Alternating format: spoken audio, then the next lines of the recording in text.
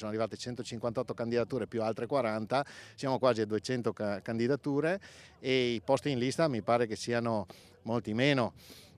una cinquantina, quindi comunque la scelta la fa il segretario del partito. Io nel corso di questi anni penso di aver fatto i compiti per casa. Unico tra gli assessori della giunta Zaia a non aver presentato la propria autocandidatura, all'indomani del direttivo regionale della Liga, Giampaolo Bottaccin diventa un caso nel Carroccio Veneto, alle prese con un esercito di candidati ed un futuro che, dicono i sondaggi, vedrà le file dei consiglieri considerevolmente ridimensionate. Bottaccin, più volte in rotta di collisione con i vertici nazionali del partito, snocciola i risultati portati a casa in questi anni, dall'autonomia sull'idroelettrico alle opere di difesa del suolo per oltre 2 miliardi di euro, il piano rifiuti e quello cave e la riforma della protezione civile. Sono stato di gran lunga il più votato del Veneto,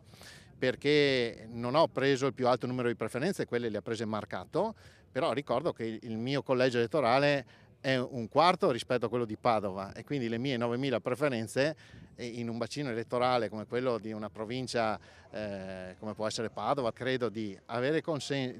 dimostrato di aver portato qualcosa al partito, no? L'11% degli elettori bellunesi hanno scritto il mio nome 5 anni fa. I compiti per casa mi pare di averli fatti, l'80% del piano triennale delle opere pubbliche del Veneto è fatto da opere di difesa del suolo, cioè, io più di questo non posso dire, dopodiché spetta a Stefani decidere chi vuole candidare.